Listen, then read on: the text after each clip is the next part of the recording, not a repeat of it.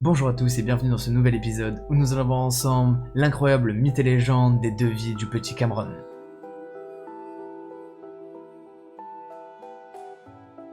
C'est dans la ville de Glasgow, en Écosse, que l'on peut retrouver la famille Collet. Les deux enfants de cette famille sont nés à Glasgow et n'ont jamais quitté cet endroit depuis qu'ils sont nés.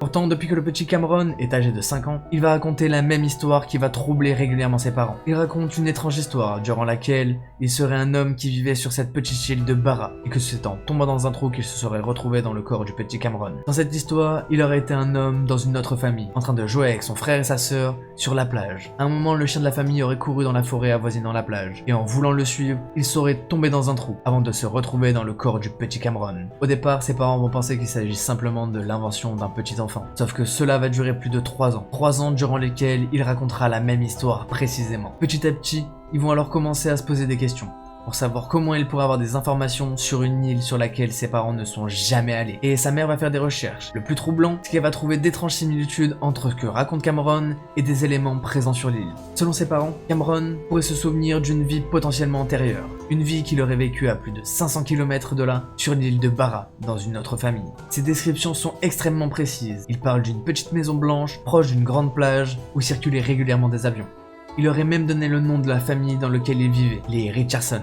En grandissant, il aurait même donné la race du chien, qui était un border collie noir et blanc. Mais sa mère va trouver ça de plus en plus inquiétant, car à de nombreuses reprises, elle va retrouver Cameron en train de pleurer. Et il ne demande pas sa mère biologique, il veut sa mère de Barra. Parfois même, il explique que sa famille l'attend là-bas, et qu'il ferait mieux d'y retourner. Forcément, ça va faire beaucoup de mal à sa mère, et elle ne sait pas vraiment quoi lui dire. Toutefois, ils vont quand même l'emmener voir différents spécialistes tels que des psychologues et des psychiatres, pour trouver une solution, mais aussi trouver une explication rationnelle. Et les résultats de la plupart de ces entretiens est que malheureusement, leur fils a une imagination débordante, et il est très peu probable que ces histoires soient vraies. Mais un jour, ses parents vont l'emmener voir un autre psychologue. Il va leur expliquer le phénomène de réincarnation. Il va leur expliquer qu'au cours de sa carrière, il aurait réussi à recenser plus de 2000 cas d'enfants différents qui prétendraient avoir une vie antérieure. Que suite à une enquête approfondie, la plupart de ces cas auraient pu être vérifiés et les descriptions des enfants s'avéraient exactes. Pour certains chercheurs qui se sont penchés sur ces cas, ils expliquent le phénomène un peu comme un sentiment de déjà-vu, qui ferait seulement croire aux enfants qu'ils auraient vécu quelque chose, alors qu'en réalité c'est simplement leur imagination qui leur joue un tour. Mais malgré les explications que vont leur donner les psychologues, les parents n'ont pas vraiment trouvé de solution. Et ils vont donc prendre la décision à un moment d'emmener toute la famille sur l'île de Barra, afin de vérifier toute l'histoire de Cameron. Intrigué par cette histoire, une équipe de télévision ira même jusqu'à les suivre durant leur périple. À peine arrivés sur les lieux, toute la famille va être convaincue que le petit Cameron ne raconte pas d'histoire. L'endroit est exactement comme il l'avait décrit dans ses histoires. Et étrange coïncidence, ils arriveront même à retrouver une famille du nom des Richardson.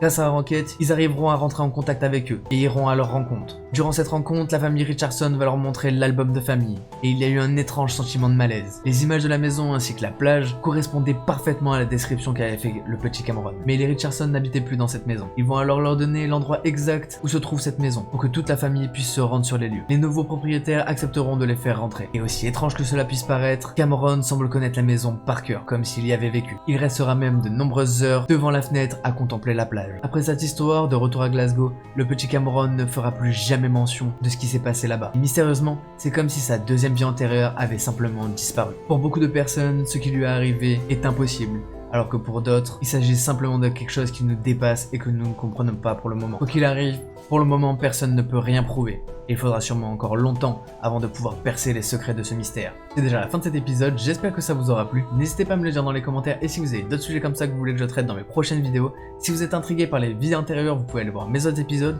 Vous pouvez liker, partager et vous abonner. Nous on se retrouve dans une prochaine vidéo. C'était Kiko on Fire. Peace out.